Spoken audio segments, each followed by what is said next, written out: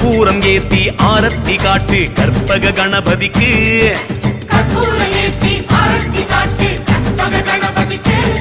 நம்ம வீதி வழி வாரார் வேளமுகசாமி வெள்ளி கொடை புடிச்சுக்கிட்டு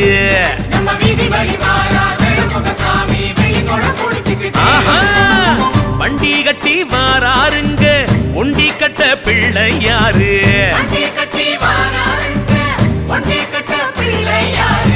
அண்டா பயிறு குலுங்குது பாரு அப்பங்கணபதிக்கு அதுல அண்டமெல்லாம் அடக்கி வச்ச ஆனமுகசாமி